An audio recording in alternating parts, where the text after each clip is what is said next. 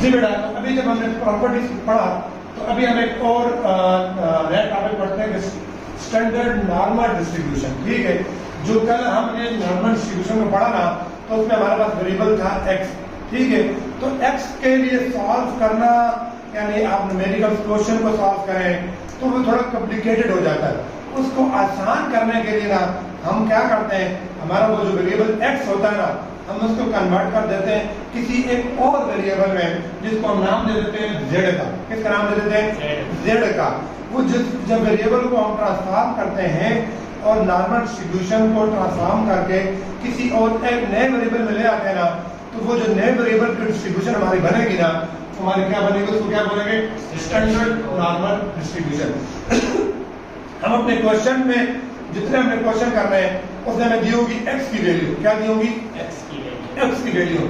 हम क्या करेंगे, हम x की वैल्यू को ट्रांसफॉर्म करेंगे z में। कैसे ट्रांसफॉर्म करेंगे? z में, क्योंकि हमारे पास जो टेबल दिया होगा ना, जिसके लिए वैल्यू को फाइंड करेंगे, वो हमें z का टेबल दिया हुआ है। फिर उससे हम अपनी जो क्वेश्चन होंगे उनको सॉल्व कर लेंगे, अपने आंसर को निकाल लिया करेंगे। ठीक है, तो देखिए इसकी डेफिनेशन लिख ली है मैंने। कहते हैं रैंडम वेरिएबल, इसका मतलब है रैंडम वेरिएबल x फॉलो। ये किस चीज का निशान है? फॉलो का। x follow normal distribution with parameter. ये जो ब्रैकेट्स में हम लिखेंगे ना, इसका मतलब ये होगा कि parameter with parameter mu and sigma square. ठीक है, कल हमने पढ़ा कि नॉर्मल डिस्ट्रीब्यूशन के दो पैरामीटर हैं। कौन कौन से? मीन और स्टैंडर्ड डेविएशन। ठीक है, फिर हमें वेरिएबल लिख सकते हैं। एक मिनट चेक कर लूं।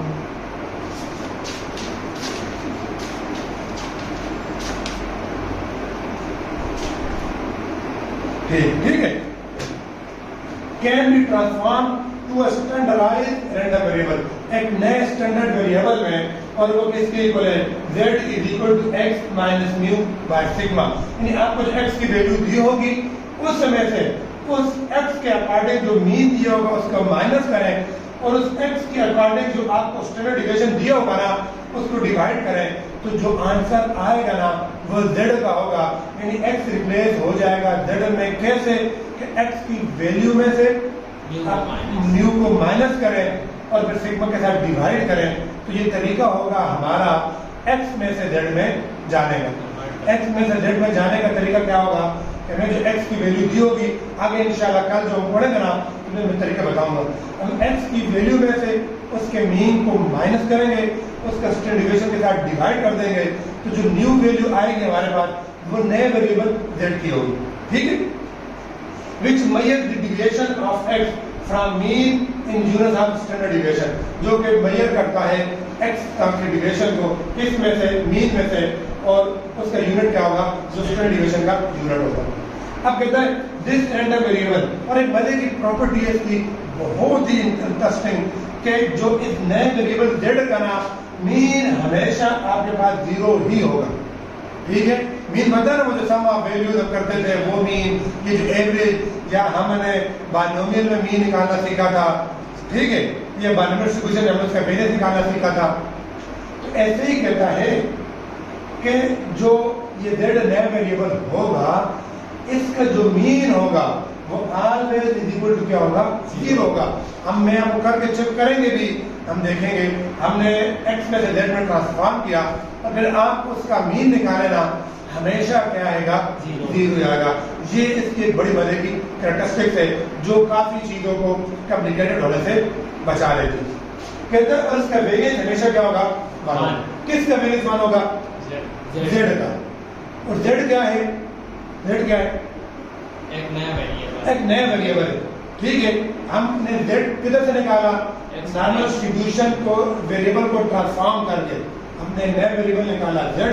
वो जो नया वेरिएबल z होगा ना, उसका मीन, और वो नया वेरिएबल इस तरीके से निकाला हो, तो उस नए वेरिएबल z का जो एक्सपेक्टेड वैल्यू होगी, यानी जो मीन होगा वो 0 होगा, और उसका जो वेरिएंस होगा वो 1 होगा। ठीक है, इसका मतलब जो हो गया कि जो z होगा ना, वो फॉलो करेगा नॉर्मल डिस्ट्रीब्यूशन को विद मीन 0 एंड वेरिएंस 1। क्योंकि अगर देखो मीन की जगह 0 आ गया और वेरिएंस की जगह 1 है। क्लियर? इससे हमारे लिए आसानी हो जाएगी कि हमारा उसका मीन भी 0 है, वेरिएंस भी 1 है, हम आसानी से उसको कैलकुलेट फिर कर सकेंगे। क्योंकि मैंने बोला नॉर्मल डिस्ट्रीब्यूशन के पैरामीटर दो हैं, अगर ये दो हमारे पास हो ना तो हम सब कुछ फाइंड कर सकते हैं। ठीक है, तो हो सकता है x की किसी वैल्यू के लिए देखो बड़ा x की किसी वैल्यू के लिए मीन कुछ और हो, वेरियंस कुछ और हो, किसी और x की वैल्यू के लिए मीन कुछ और हो, वेरियंस कुछ और हो। तो पहले x की मीन निकाले, x का वेरियंस निकाले, टाइम कंज्यूमिंग है ना, इधर फिक्स पता चल गया है, मीन भी 0 है, वेरियंस भी 1 है। अब तुम अपना काम करो, कुछ भी आए z की वैल्यू कुछ भी आए, अगर आपने इस तरीके से ट्रांसफॉर्म किया है मीन 0 ही होगा, वेरियंस 1। ठीक है, अच्छा ये तो हो गया। कहते हैं normal distribution which has a mean of 0 and standard division of 1 is called the standard normal distribution. ये दो लाइन की छोटी सी डिफिनेशन भी ये ऊपर क्लियरेंस के लिए ट्रांसफॉर्म करते हैं, हाउ टू ट्रांसफॉर्म, पेपर में आ जाए how to transform the random variable x which follow the normal distribution into standard normal. तो आपने ये लिखना है, ठीक है, आपने क्या लिखना है ये समझ आई। पेपर में आ जाए write the definition of standard normal distribution, where इधर n नॉर्मल इधर से लेकर इधर तक हो जाए। ठीक है, समझ आ रही है। कहता तो फिर इसका पीडीएफ क्या होगा, कहता है पीडीएफ हो जाएगा f of z is equal to 1 by 2 pi का स्क्वायर रूट e की पावर माइनस 1 बाय 2 z का स्क्वायर। ये वो कल वाले में से ही निकला है, मैं अभी आपको लेके कल वाले आपको याद है कि नहीं, जो कल हमने पढ़ा था क्या था, नॉर्मल डिस्ट्रीब्यूशन का देखें, हमने पढ़ा था कि f of x is equal to 1 by sigma 2 pi का स्क्वायर रूट e की power minus 1 by 2 x minus mu by sigma whole का। ठीक है ना, तो अब अभी देखो ना इधर आ जाओ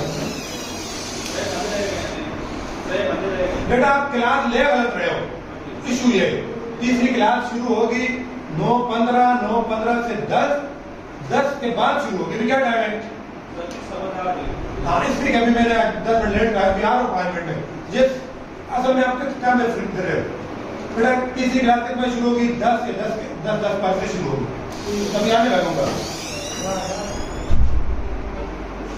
आपने काम कर सारा गलत किया हुआ है। अब देखिए बेटा, अब सिग्मा क्या है 1, according to random variable z क्या है, सिग्मा क्या है 1, इधर क्या आ जाएगा 1 2 पाई। ठीक है, e की पावर माइनस 1 बाय 2, ये क्या है x माइनस म्यू, ये z है। तो देखो मैंने ये लिखा है ना, सिग्मा जो 1 होगा 1 से मल्टीप्लाई होगा तो यही, तो 1 बाय 2 बाय e की पावर माइनस 1 बाय 2 z का स्क्वायर। क्लियर? अच्छा, the diagram showed that x scale can be transformed to z scale by putting mu is equal to 0 and sigma is equal to 1। ठीक है, तो अब देखें ये मैंने शेप बना दी है, ये जो शेप है ना, ये जो ऊपर ये जो लाइन है ये x स्केल की है, यानी x के लिए। ठीक है, और ये जो नीचे लाइन मैंने लगा दी है ना, ये z स्केल है, इन z के लिए। तो अगर आप गौर करें तो देखो म्यू यानी मीन, इसका म्यू है यानी वेरिएबल है, कुछ भी हो सकता है, लेकिन इसका म्यू 0 ये है, सेंट्रल वैल्यू इसके म्यू है, इसकी सेंट्रल वैल्यू क्या है 0। इसका स्टैंडर्डाइजेशन फर्स्ट जो है वो सिग्मा है, इसका क्या है 1 है। ऐसी मजीद साइड बढ़ाओ तो फिर इसका यहाँ पर 2 सिग्मा बनता है, यहाँ पर क्या बनेगा 2, यहाँ पर 3 सिग्मा, यहाँ पर क्या बनेगा 3। ऐसे लेफ्ट साइड पर चले जाओ तो माइनस सिग्मा तो -1, -2 सिग्मा तो -2। समझ रहे, क्योंकि सिग्मा तो 1 है, 1 जब इससे मल्टीप्लाई होगा तो -3। क्लियर? इस तरीके से आप आसानी से x में से z में जा सकते हैं। ठीक है, तो आज हमारा ये डिफरेंशियल स्टैंडर्ड नॉर्मल